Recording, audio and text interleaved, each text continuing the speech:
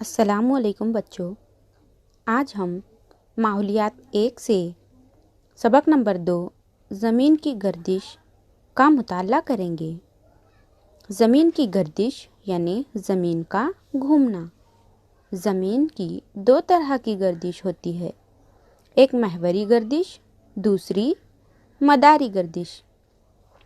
آئیے یہ کر کے دیکھیں۔ ایک لٹو لیجئے، اسے گھما کر اس کا مشاہدہ کیجیے۔ لٹو خود کے اطراف گھومتا ہے۔ کوئی بھی چیز جو اپنے اطراف گھومتی ہے، حقیقت میں وہ نظر نہ آنے والی ایک لکیر کے اطراف گھومتی ہے۔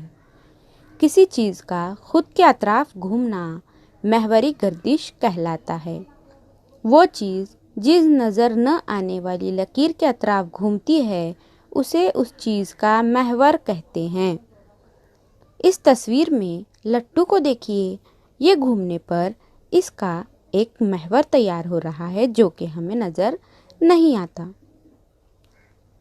اسی طرح دوسری مثال زمین کی محوری گردش کے لیے، آئیے یہ کر کے دیکھیں۔ ایک گلوب لیجئے، اسے گھما کر دیکھیے، وہ کس لکیر کے اطراف گھومتا ہے۔ دیکھیے، اب ایک شاکول لے کر تصویر میں بتائے ہوئے طریقے کے مطابق گلوب کے قریب پکڑیے۔ شاکول نہ ہونے کی صورت میں ربر کو دھاگا باندھ کر شاکول بنائیے۔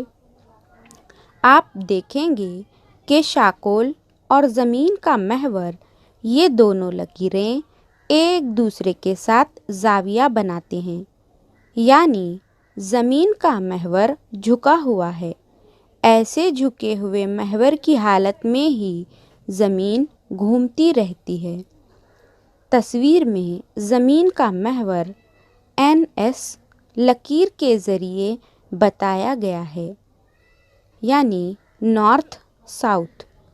یہ لکیر زمین کے مرکز سے گزرتی ہے۔ N اور S ان نقاط کو زمین کے قطبین کہتے ہیں، یعنی N زمین کا شمالی قطب ہے اور S زمین کا جنوبی قطب ہے۔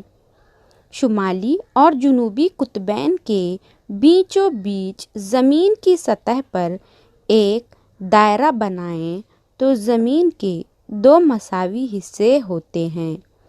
زمین پر کے اس خیالی دائرے کو خط استوا کہتے ہیں۔ درجے بالا گلوب دیکھیے، خط استوا کی وجہ سے زمین کے 2 مساوی حصوں کو شمالی نصف کرہ اور جنوبی نصف کرہ کہتے ہیں۔ اب ہم دوسرا مشاہدہ کریں گے۔ ایک بڑی میز کے بیچوں بیچ ایک موم بتی کھڑی رکھیے۔ موم بتی کے اطراف ایک بڑا دائرہ بنائیے۔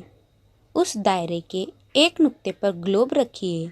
موم بتی جلائیے، کمرے میں اندھیرا کیجیے۔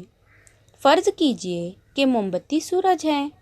دیکھیے کہ گلوب کے کون سے حصے پر روشنی پڑتی ہے اور کون سے حصے پر نہیں پڑتی۔ گلوب کو قطب شمالی کی جانب سے دیکھیے اور گھڑی کی سوئیوں کی مخالف سمت میں گھمائیے۔ ہماری زمین بھی خود کے محور پر اسی سمت یعنی مغرب سے مشرق کی طرف گھومتی ہے۔ گلوب کے مختلف حصے بالترتیب اجالے کی جانب آتے ہیں اور اسی ترتیب میں اجالے سے دور ہو جاتے ہیں۔ جس حصے پر روشنی پڑتی ہے وہاں دن ہوتا ہے، جہاں روشنی نہیں پڑتی وہاں رات ہوتی ہے۔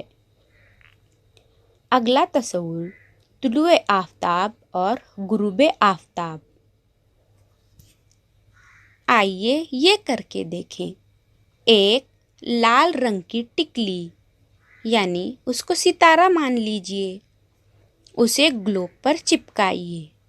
اوپر کے تجربے کی طرح ہی گلوب اور موم بتی لے کر تجربہ کیجیے۔ گلوب کو گھڑی کی سوئیوں کی مخالف سمت میں گھمائیے۔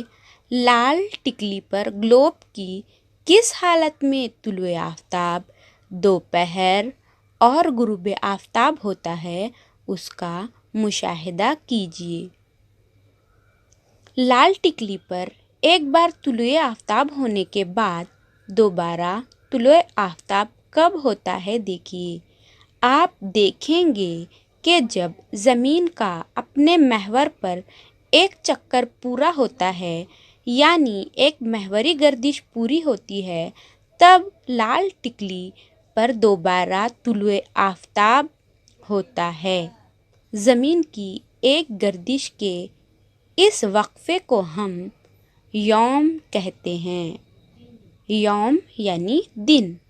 ایک یوم کے ایک دن اور ایک رات ایسے دو حصے ہوتے ہیں۔ وقت کی پیمائش کے لیے ایک یوم کے وقفے کو ہم 24 مساوی حصوں میں تقسیم کرتے ہیں۔ ہر حصہ 1 گھنٹہ کہلاتا ہے۔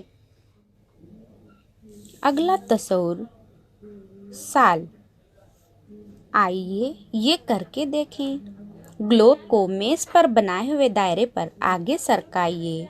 ایسا کرتے ہوئے گلوب کو گھماتے رہیے اور اس کا خیال رکھیے کہ محور کی سمت نہ بدلے۔